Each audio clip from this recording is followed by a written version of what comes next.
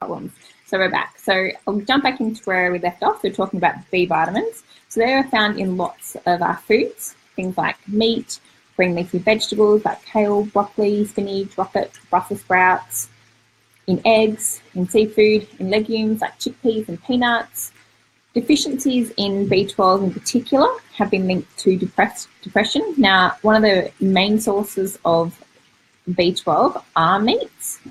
So ensuring that you get a lot of those in your diet. If you do follow a vegetarian diet, just making sure that you are finding other sources and making sure you get enough of that in, if not potentially going on some kind of supplement for your B12.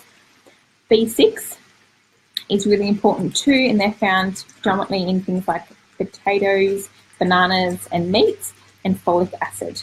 So spinach, broccoli, lentils, liver, and particularly chicken liver is really high in folic acid and also really important. Selenium, now this is found in cod, Brazil nuts, walnuts, chicken, and if you listen to the mushroom video a couple of weeks back, it's also a good source of selenium in mushrooms. Now this is an essential mineral, I spoke about in the mushrooms, means our body can't make it and we have to get it from our food. It's vital for creating those antioxidant reactions. They're the reactions that stop our cells oxidizing, similar to how oxygen makes metal rust. So we need to make sure that we're getting lots of those antioxidants. It's been definitely shown that there's a link between low selenium and mental disorders. So making sure that we're getting lots of that into our diet. Tryptophan, found in beef, turkey, dairy products, dark leafy greens. This is vital to help convert the protein we eat into the amino acids that our body can't make. So we need to make sure that obviously we're using that protein, so that tryptophan is really important. Protein actually helps all our cells regenerate and renew to make sure that they're doing their thing properly.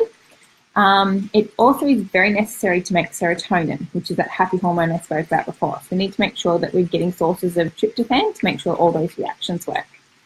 And obviously nurturing our gut bacteria. Like I said before, that is highly important in making sure that a lot of these processes can also be undertaken and reducing that inflammation in our body. So good quality yogurt, some sauerkraut, kefir, bone broth, kombucha, all those kind of things help support your gut. If you do think this is a problem for you though, please seek help.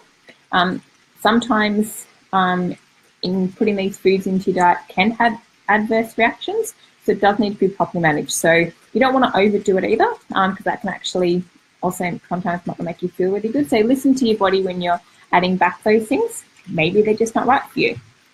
So I'm not saying that rushing out today and eating all these things is going to instantly make you feel happier. Although I must say, crispy skin generally makes me happier. You actually need to do all this stuff together because they all work together. You kind of can't biohack your way to happiness. The biggest thing is obviously when you include more fresh food in your diet, you generally then take out some of that processed food. So you're having sort of that double whammy where you're increasing the nutrients that you need, but you're also taking out some of those inflammatory foods that can cause inflammation, the reactions and stuff like that in our body. Now, you may be tempted to go out and supplement with the vitamins and minerals I mentioned. Just remember, supplement with caution. It should always be a case of real foods first, as not all supplements are created equal. The quality does vary. Also, a lot of the time when we're eating some of those foods to get those nutrients, they've got all the cofactors and stuff built into the vegetable or the meat source or the legume source that we're using. So our bodies actually kind of need all of it, not just necessarily bits and pieces.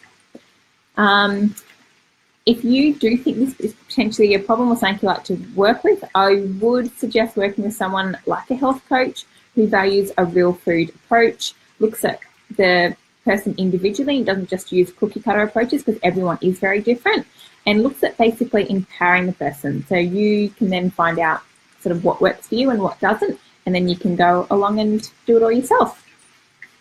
So basically load up your plate, lots of fruit and vegetables, good quality meats, and those omega-3 fatty acids that I spoke about. pretty much comes down to just eating real food. If it grows on a tree, comes from the ground, you can kill it and it doesn't have a label, it means it's real food. So getting lots of that into your body can definitely help you feel happier. Have a great weekend, guys, and I'll chat to you next week. Bye.